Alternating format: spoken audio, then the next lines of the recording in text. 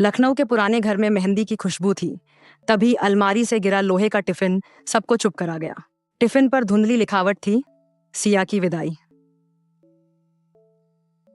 राघव ने ढक्कन खोला तो भीतर मुड़ा हुआ 10 रुपए का नोट रखा था। माँ की आंखें ठहर गईं। उन्होंने कहा, यह तुम्हारे पिता की आखिरी बचत थी, किसी मिठाई से भी मीठी। राघव ने टिफिन बंद कर दिया। बाहर ढोलक चल रही थी, पर उसके भीतर कोई पुराना वादा जाग चुका था। राघव शहर में बड़ा आयोजक बन चुका था। अपनी छोटी बहन सिया की शादी को वह बस जिम्मेदारी समझकर निभा रहा था। सिया चाहती थी कि विदाई से पहले घर की छत पर पिता वाला छोटा भोजन हो, जैसा बचपन में होता था। राघव को डर था, बड़े मेहमानों के सामने यह सादगी उसकी प्रतिष्ठा को छोटा कर देगी। उसने बात टाल दी। शाम को सजावट वाला अतिरिक्त पैसे मांगने लगा। राघव ने गुस्से में पिता की पुरानी रसोई भी हटवाने का आदेश दे दिया। माँ ने पहली बार कड़ा स्वर उठाया। बोली, तुम्हारे पिता ने बच्चों को चीजें नहीं, यादें खिलाकर बड़ा किया था। राघव भड़क गया। उसने कहा, यादों से शादी नहीं चलती। उसी क्षण सिया ने चुपचाप अपना निमंत्रण कार्ड मोड़ दिया। रात में बिजली चली गई।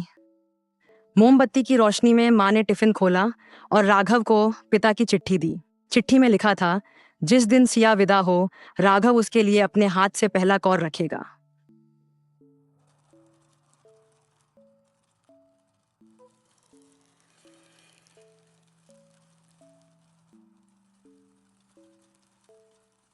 नेकबू रजुस्कर उसके ने छीलिए, राघव उसके लिए हाथ से पहला कौर रखेगा देते।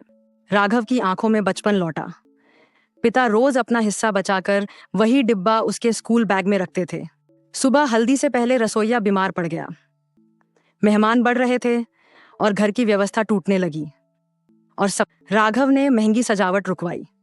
उसने आंगन में चूल्हा लगवाया। माँ से पिता वाली आलू पूरी सीखने लगा। सिया नीचे आई तो देखा, उसका भाई सूट छोड़कर आटे में हाथ लगाए खड़ा था।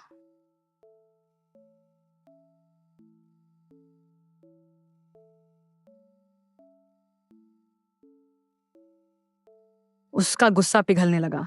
विदाई से पहले राघव ने पुराने टिफिन में गरम पूरी, सब्जी और वह 10 रुपए का नोट रखकर सिया को दिया। उसने कहा, पिता का वादा देर से समझा, पर आज से तुम्हारा घर कभी खाली नहीं रहेगा। सिया ने पहला कौर भाई को खिलाया। बारात, मेहमान, रोशनी सब पीछे रह गए। घर फिर परिवार बन गया। ट्रेंट बीकन की यह कहानी याद दिलाती है, प्रेम बड़े उपहारों में नहीं, समय पर निभाए छोटे कामों में बसता है।